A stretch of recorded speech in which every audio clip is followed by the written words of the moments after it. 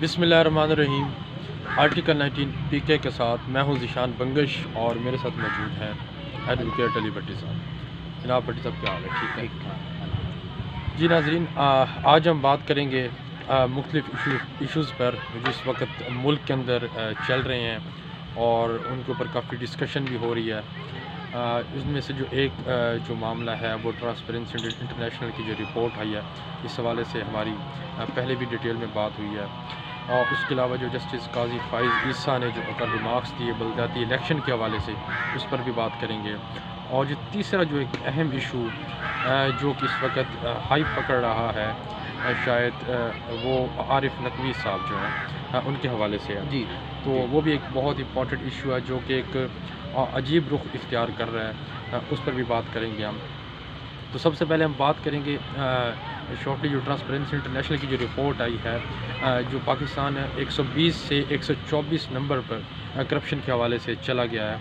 اور یہ رپورٹ شو کرتی ہے کہ پچھلے جو 2.5 سال ہیں اس کے اندر ملک کے اندر جو کرپشن کے جو اشاریہ ہیں وہ کافی اوپر گئے ہیں، اور کرپشن اس ملک کے اندر بڑی ہے، اور جو ایک دعوے تھے، جو ایک آپ کہہ لیں کلیم کرتے تھے یہ گورنمنٹ کرپشن کا جو بیانیہ اپنا کر یہ جو رپورٹ ہے، یہ ان سارے جو ایک ان کے دعوے تھے ان کا اس رپورٹ نے پول کھول دیا، اور یہ رپورٹ واضح کرتی ہے کہ ملک کے اندر کرپشن کس حد تک بڑھ چکی ہے۔ بھٹی صاحب، اگر آپ کو پتہ ہو تو یہ جو ٹرانسپیرنسی انٹرنیشنل ہے، یہ وہی ٹرانسپیرنسی انٹرنیشنل ہے کہ جب اس کی کوئی رپورٹ آتی تھی تو عمران خان صاحب بار بار اس رپورٹ کے حوالے دیتے تھے پچھلی حکومتوں کے اندر کہ یہ دیکھیں جو ٹرانسپیرنسی انٹرنیشنل کی رپورٹ آ چکی ہے اور یہ حکومتیں کتنی کرپٹ ہیں اور کتنے کرپٹ لوگ بیٹھے ہوئے ہیں اور دن بدن کرپشن بڑھ رہی ہے۔ اور اب المیہ یہ ہے کہ اسی ٹرانسپیرنسی انٹرنیشنل کی report P T I government کے اندر آئی ہے، اور جو پی ٹی آئی کے وزیر اور مشیر ہیں اور جو پی ٹی آئی کے لوگ ہیں وہ یہ ثابت کرنے پر تلے ہوئے ہیں حسب روایت کہ جو توقع کی جا رہی تھی کہ یہ بھی پچھلی حکومتوں پر ڈالا جائے گا، لیکن جن لوگوں نے ٹرانسپیرنسی انٹرنیشنل کی رپورٹ پڑھی ہے تو وہ بخوبی جانتے ہیں کہ ٹرانسپیرنسی انٹرنیشنل کی رپورٹ پہ واضح طور پر لکھا ہوا ہے کہ یہ جو کرپشن کے انڈیکس جو آئے ہیں، جو رینکنگ ہے، یہ موجودہ حکومت کے حوالے سے ہی ہے، تو اسی حکومت کے حوالے سے ہے۔ یہ پھر ایک دفعہ جو حکومتی جو لوگ ہیں وہ اس کو پچھلے حکومتوں کے کھاتے میں ڈالنے پر مزید ہیں اور زور لگا رہے ہیں اپنا ہر طریقے سے، اور اس کو ایک مینیپولیٹ کرنے کی کوشش کر رہے ہیں، اور اس کو ایک آپ کہہ لیں ڈائیورٹ کرنے کی کوشش کر رہے ہیں، اور یہ کس طریقے سے وہ کوشش کر رہے ہیں کہ یہ بھی پچھلی حکومتوں پر ڈال دی جائے، اور اس حوالے سے جتنی ان سے کوشش ہو سکتی ہے وہ کر رہے ہیں۔ لیکن ہم یہاں پر یہ سمجھتے ہیں کہ بھٹی صاحب جب بھی کسی حکومت کے اندر ایسی رپورٹس آتی ہیں تو بیسیکلی میں یہ سمجھتا ہوں کہ ایز اے گورنمنٹ جو حکومت ہے ان کو ان رپورٹس کو ایک پازیٹیو طریقے سے لینا چاہیے، پازیٹیو طریقے ان اے سینس کہ اگر وہ دیکھ رہے ہیں کہ کرپشن بڑھ رہی ہے تو کرپشن کو روکنے کے اقدامات کرنے چاہیے، مگر یہاں پر کرپشن کو روکنے کے اقدامات تو نظر نہیں آ رہے، لیکن اس رپورٹ کو جھوٹا کرنے پہ جو ہے وہ دن رات لگائے جا رہے ہیں، اور ٹویٹر کا بے دریغ استعمال کیا جا رہا ہے، سوشل میڈیا کا اور میڈیا کا بے دریغ استعمال کیا جا رہا ہے کہ کس طریقے سے ہم اس رپورٹ کو جھوٹا ثابت کر سکیں اور بتا سکیں کہ یہ رپورٹ ہی جھوٹی ہے، اور اس وقت اس رپورٹ سے بالکل آپ کو جو پی ٹی آئی ہے وہ منکر ہوتے ہوئی نظر آ رہی ہے۔ لیکن ایک چیز عیاں ہے جو رپورٹ کے اندر لکھی ہوئی ہے اس کا رد و بدل اس کے اندر نہیں کیا جا سکتا، وہ جو سچ ہے وہ رپورٹ کے اندر لکھا ہوا ہے۔ تو بہرحال یہ ہم نے ایک شارٹ بات کرنی تھی چونکہ اس کے اوپر کل ڈیٹیل میں بات ہو چکی تھی پروگرام کے اندر، تو اس میں مزید تفصیلات میں جانے کی ضرورت نہیں ہے۔ دوسرا جو ایک واقعہ جو ایک اہم ڈیولپمنٹ ہوئی بیسیکلی بھٹی صاحب، جو بلدیاتی الیکشن کے حوالے سے آپ دیکھ رہے ہیں کہ پچھلے کچھ عرصے سے جب یہ حکومت آئی تو سب سے پہلے تو انہوں نے ایک کام کیا کہ جو بلدیات کا سسٹم تھا اس کو تحلیل کر کے رکھ دیا، جو بلدیات اس کو ختم کر دیا، جو کہ ایک غیر آئینی کام تھا، کیونکہ جب ایک جو بلدیاتی نظام ہے اس نے اپنا ٹینیور پورا نہیں کیا تھا اور انہوں نے آتے اس کو ختم کر دیا، ٹھیک ہے۔ تو سب سے پہلے تو یہ ہے کہ بجائے پہلے ہم ڈیفینیٹلی اس پر بھی آئیں گے جو قاضی فائز عیسیٰ نے کل ریمارکس دیے، لیکن اس سے پہلے ایک سوال جو میں پوچھنا چاہوں گا کہ جو بلدیاتی سسٹم جو پہلے سے ایک چل رہا تھا، آخر اس حکومت نے آتے ہی اس کو ٹینور پورا کیا بغیر کیوں ختم کر دیا؟ کیا وجہ؟ دیکھیں، جو وجوہات اس وقت بتائی گئی تھی کہ یہ نظام کارآمد نہیں ہے، کیونکہ پچھلی حکومتوں میں یا جو بھی نون لیگ کی حکومت آئی ٹینیور چلے تو اسی نظام کو نافذ کیا گیا۔ انہوں نے ایک ہائپ کریٹ کی جو کہ ان کے حامیوں میں تھی کہ یہ نظام بلدیات کا بہت ہی ناقص ہے اور ہم ایک بہت اچھا اور نیا اور جدید ترین بلدیاتی نظام لائیں گے جو کہ یورپ کے کسی کنٹری میں بہت اچھے طریقے سے چل رہا ہے۔ خیر، اس بات پہ منا کہ انہوں نے اپنے حامیوں کو اس بات کا پورا ہی جو اپنی بات تھی ان میں پھیلا دی۔ وہ مطمئن تھے لوگ جو کہ کونسلر تھے یا ضلع دار یا جو بھی مطلب کہ نمائندے تھے متعلقہ، تو وہ اس بات پہ لیکن اس کے مطمئن تھے۔ اس کے اندر یہ بھی تو جی وجہ ہے کہ یہ دیکھیں کہ جو اس وقت جو بلدیات کا جو سسٹم تھا، جو گراس روٹ لیول پر جو اکثریت تھی، ٹھیک ہے، وہ پی ایم ایل این کی تھی، جی اور بالکل جو اگر مطلب جو اور پارٹیز ہیں ان کی اکثریت تھی، پی ٹی آئی اس وقت اتنی فعال نہیں تھی بلدیات کے اندر۔ بالکل میں یہ سمجھتا ہوں کہ جو مین جو وجہ تھی وہ یہ تھی کہ جب یہ گورنمنٹ حکومت میں اقتدار میں جب ان کو لایا گیا تو جو دوسرا جو ایک سسٹم ان کے پاس بچتا تھا وہ یہ تھا کہ انہوں نے دیکھا کہ جو گراس روٹ لیول ہے، جو بلدیات کا سسٹم ہے، وہ سارا جو کنٹرول ہے جی وہ پی ایم ایل این کے جی پاس ہے، پنجاب چونکہ پنجاب کے اندر جی وہ ان کے کمپٹیٹر تھے، پی ایم ایل این کے پاس ہے۔ تو انہوں نے بیسیکلی جو ایک پالیسی اپنائی تھی شروع دن سے، وہ پالیسی یہ اپنائی تھی اب گورنمنٹ آنے کے بعد، چونکہ یہ جب بھی کوئی حکومت بھٹی صاحب خواہ وہ ڈکٹیٹرشپ کی جی حکومت ہو یا خواہ وہ کوئی ایسی حکومت ہو جو ایک پراپر انجینئرنگ طریقے سے لائی جی گئی ہو، جی تو اس میں یہ ہوتا ہے کہ وہ جو حکومت ہوتی ہے جو لائی جاتی ہے، وہ اس کو ایک ٹاسک دیا جاتا ہے کہ آپ نے جو سیاسی جماعتیں ہیں جن کی عوام کے اندر جڑیں ہیں، آپ نے ان کا وجود ختم کرنا ہے۔ جی اور وہ بیسیکلی وجود ختم کرنے کی کوشش ہوتی ہے۔ جی جو لوگ اقتدار میں بیٹھے ہوتے ہیں وہ یہ سمجھتے ہیں کہ ہم پولیٹیکل پارٹیز کا وجود ختم کر دیں گے، لیکن اگر آپ تھوڑی ہسٹری میں جائیں تو پولیٹیکل پارٹیز کا جو وجود ہے، جن کی عوام کے اندر جڑیں ہوتی ہیں، وہ کبھی بھی ختم نہیں ہو سکتا۔ اگر پولیٹیکل پارٹیز کا وجود ختم ہونا ہوتا تو آج پیپلز پارٹی میں نظر نہیں آتی۔ ذوالفقار علی بھٹو کی جی اسیسینیشن کے بعد بالکل پیپلز پارٹی ختم ہو چکی جی ہوتی، لیکن آپ آج بھی دیکھیں کہ جو پیپلز پارٹی ہے وہ اپنے اسی وجود کے ساتھ برقرار ہے، اور اپنی پار کے ساتھ وہ اپنے جو ہے ان کا جو کردار ہے سیاست کے اندر وہ ادا کر رہے ہیں۔ تو یہ ایک خام خیالی ہوتی ہے ڈکٹیٹرز کی بھی، اور یہ ایک آمرانہ سوچ ہوتی ہے، یہ آمرانہ سوچ کی عکاسی ہوتی ہے۔ تو یہ جو گورنمنٹ تھی پی ٹی آئی کی، اس کا بھی ٹاسک یہی تھا کہ کس طریقے سے یہاں سے پی ایم ایل این کا وجود ختم کیا جا جی سکے۔ بیسیکلی یہ وہی چیز ہے نا کہ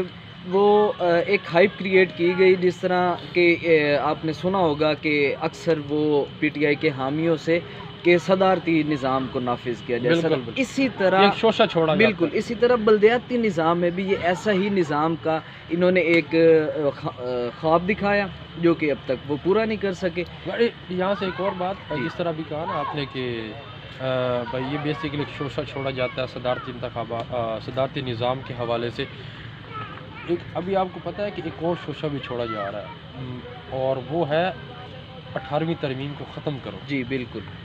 دیکھ رہے ہیں آپ اس کو، ہاں سمجھ رہے ہیں وہ شوشہ جب سے یہ آئے ہیں وہ تب سے ہی چل رہا ہے، وہ چل رہا ہے، اور اور ابھی اس کو ہائپ دینے کی کوشش کی جا رہی ہے، دیتے ہیں بیٹھ جاتی ہے، اور دیتے یہ ہیں آپ کو بیٹھ پتہ ہے یہ کہاں سے شروع ہو رہی ہوگی، پھر ڈیفینیٹلی پتہ ہے جی کہ 18ویں ترمیم کو ختم کرو۔ جی تو یہ کوئی پولیٹیکل پارٹی تو کہہ نہیں سکتی کہ آپ 18ویں ترمیم بالکل، کو یہ آمرانہ ختم سوچ کرو، رکھنے والے لوگ ہی اور ایسے پھر کہہ اس سکتے کی اچھا بیس چیک کریں کہ چونکہ بات ہم اس کی طرف آتے ہیں جس کی شارٹلی بات کرتے ہیں کہ 18ویں ترمیم کو ختم کرو کی بات پتہ کہاں سے شروع ہو رہی ہے، کہ مراد علی شاہ صاحب نے کہا ہے کہ میں وزیر اعظم کو بھی جواب دہ نہیں ہوں،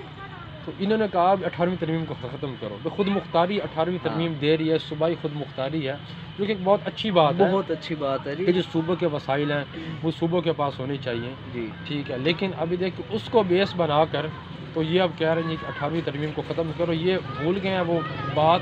کہ اب تو یہ کہہ رہے ہیں، مراد علی شاہ صاحب نے پتہ نہیں کس تناظر میں بات کی ہے، تو وہ بھی ایک دور تھا کہ جب نواز شریف وزیر اعظم تھے اور جو پرویز خٹک صاحب جو تھے جو سی ایم کے پی کے تھے اس وقت، تو وہاں سے ایک لشکر لے کر اسلام جی آباد پر حملہ آور ہونے کے لیے آ جی چکے تھے اس وقت، تو اس وقت ان کو یہ نعرہ ڈیفینیٹلی یاد نہیں۔ تو یہ جو بیسیکلی پلاننگ ہے ساری، یہ ایک سیاسی سوچ والوں کی پلاننگ نہیں ہے، جی اس کے پیچھے کچھ اور لوگ ہیں جو کہ ٹاسک دیتے ہیں ان کو۔ چلے یہ تو کسی اور طرف بات چلی گئی،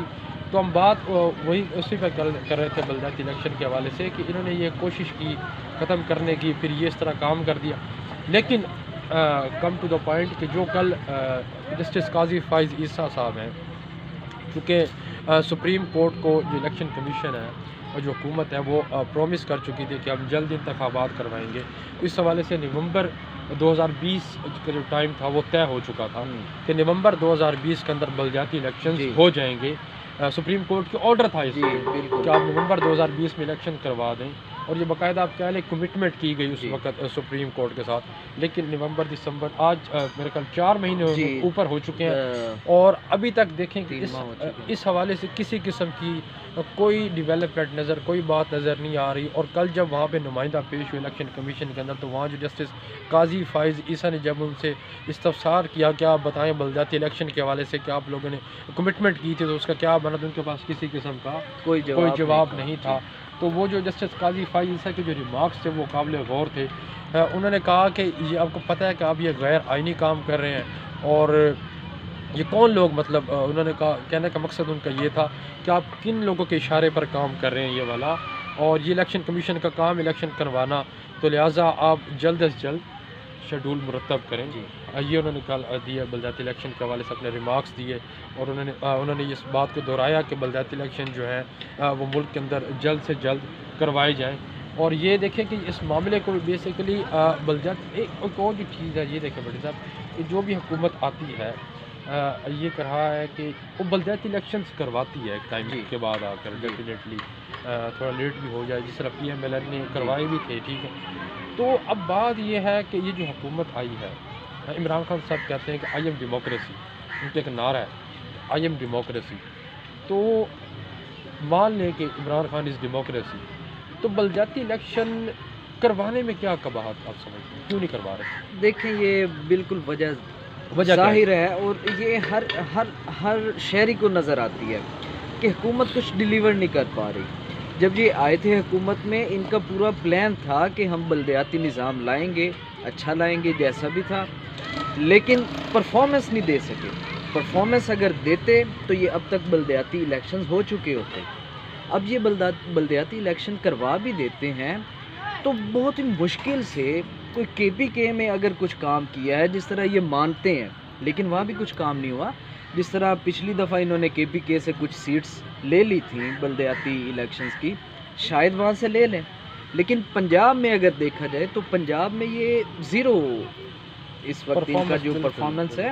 لوگ نہیں دے سکتے. تو کیا یہ ڈر ہے, خوف ہے اگر بلدیاتی الیکشنز کروائیں گے بہت عوامی رد عمل کا سامنا کرنا پڑے گا اور ہم ایکسپوز ہو جائیں گے بڑے برے طریقے سے؟ آپ یہ سمجھیں کہ شاید کوئی ٹکٹ لینے والا نہ ہو بلدیاتی نمائندہ, اسی لیے یہ ایک اور شوشہ چھوڑ رہے ہیں, جو یہ درخواستیں بھی بار بار دے رہے ہیں الیکشن کمیشن میں کہ پارٹی فری, مطلب کہ کوئی پارٹی کا نمائندہ غیر جماعتی الیکشن, جی غیر جماعتی الیکشن, ضیاء الحق کی طرح کروائی, ہاں ایسے ہی انہوں نے کروایا. جی, تو یہ مطلب کہ یہی چیزیں چل رہی ہیں کہ کوشش ہے کسی طریقے سے ہم بلدیات میں منہ کی نہ کھانی پڑے. رسوائی جو ہوگی ان کی اگر یہ الیکشن ہار جاتے ہیں, یہ بیسیکلی پرفارمنس کی وجہ سے ہے, چونکہ پرفارمنس جو ہے, ڈیلیوری جو ہے وہ گورنمنٹ کی کسی بھی شعبے کے اندر نظر نہیں آ رہی سوائے کرپشن کے, جو کہ کل پتہ چل چکی ہے. 4 درجے برتری ہوئی ہے, ماشاءاللہ جی, مبارک ہو. جی ٹھیک ہے, ہم اوپر چلے گئے ہیں 4 درجے, اور یہ مطلب اس کے علاوہ کسی قسم کی پرفارمنس نہیں ہے. تو بہرحال دیکھتے ہیں آگے جو اب الیکشن کمیشن کے اور جو سپریم کورٹ کے معاملات چل رہے ہیں بلدیاتی الیکشن کے حوالے سے وہ کیا ہوتے ہیں. اس پر مزید ہم جو ہے اس پر ڈسکشن کریں گے آگے جیسے ڈیولپمنٹ ہوتی رہے گی. بٹ صاحب ایک اور معاملہ عارف نقوی صاحب کا, جی یہ مطلب بڑا آپ کہہ رہے تو خطرناک قسم کا نام لگ رہا ہے. یہ آج کل کیا اس کے سسٹم بڑی کوئی لنک اپ چیزیں ہو رہی ہیں اس کے اندر. 2 دن پہلے یہ ایک سٹوری آئی ہے, اور اگر دیکھا جائے تو شاید یہ کسی طریقے سے براڈ شیٹ کے ساتھ بھی لنک کر جائے, ٹھیک ہے, لیکن ابھی تک بات واضح نہیں ہوئی. یہ عارف نقوی صاحب ہیں, ابراج گروپ کے سربراہ تھے, چیئرمین تھے. انہوں نے بہت مطلب کہ $17 بلین کی پوری دنیا میں انویسٹمنٹ کی تھی, جس میں بھارت کا شہر بمبئی بھی شامل ہے. تو خیر یہ 2002 سے انہوں نے انویسٹمنٹ شروع کی, کرتے کرتے 2017 تک ان کے جو اخراجات تھے کمپنی کے وہ بہت زیادہ بڑھ چکے تھے, اور آمدن اتنی تھی نہیں. ٹھیک ہے، اور ان کی کمپنی کا ٹوٹلی انحصار دوسری کمپنی سے فنڈ وغیرہ ان کی انویسٹمنٹس لے کے اس کو کہیں نہ مطلب کہیں پیسہ کسی اور کا استعمال کر ٹھیک کے ہے، اور جو پروفٹ تھا یا جو کچھ بھی تھا وہ دیتے تھے. خیر جب یہ بات آہستہ آہستہ چلی 2019 میں امریکہ میں یہ بات کھلی کہ یہ جو کمپنیز کا پیسہ ہے اس کا غلط استعمال کر رہے ہیں، اپنے نجی اخراجات اٹھا رہے ہیں. وہ کمپنی کا اور پیسہ استعمال کس چیز کے لیے کر رہے تھے؟ مطلب جو لیتے تھے پیسہ وہ بیسیکلی انویسٹمنٹس ہوتی تھیں ٹھیک ہے، اور جو پروفٹ تھا اپنی کمیشن یا جو کچھ رکھ کے کمپنیز کو دے دیتے تھے. صحیح، خیر میں آپ کو یہ بتا رہا ہوں کہ جو بات کھلی ہے وہ یہ تھی کہ جب ان پہ فراڈ کا مقدمہ چلا، انہوں نے دوسرے لوگوں کے پیسے کا غلط استعمال کرنا کہاں پہ شروع چلا کیا یہ؟ امریکہ میں. ٹھیک ہے، خیر جب یہ سب کچھ ہوا تو امریکہ نے برطانیہ کی عدالت میں یہ کیس فائل کیا کہ اس طرح بھائی ایک شخص ہے جو کہ بھگوڑا ہی کہہ لیں کہ امریکہ سے بھگوڑا ہی تھا یہ، اور اس نے اس طرح پاکستانی فراڈ لحاظ سے کیا. آپ اشتہاری کہہ لیں اس کو. ہاں ٹھیک ہے، اب یہ اسلام آباد سے لندن جب جا رہے تھے تو لندن سے انہیں گرفتار کیا گیا اور عدالت نے ان پہ کیس فائل کر دیا. عدالت میں کیس چل رہا تھا اور اب امریکہ نے یہ کیس کیا ہوا تھا کہ ان کو ہمارے حوالے کیا جائے، جو کہ برطانوی عدالت نے حامی بھر دی. اور اس کے بعد انہوں نے دوبارہ اس کے خروج کے لیے کینسلیشن ٹھیک ہے. آف دا آرڈر کے لیے انہوں نے کیس فائل کیا، جو کہ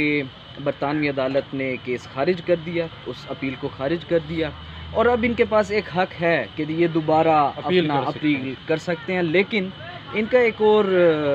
بیک گراؤنڈ یہ ہے کہ الیکٹرک کے 2009 میں اس کو یہ لنک اپ شیئر ہولڈر اچھا، تھے. اس کو عمران خان سے کچھ لنک اپ کیا جا رہا ہے، اس کا کیا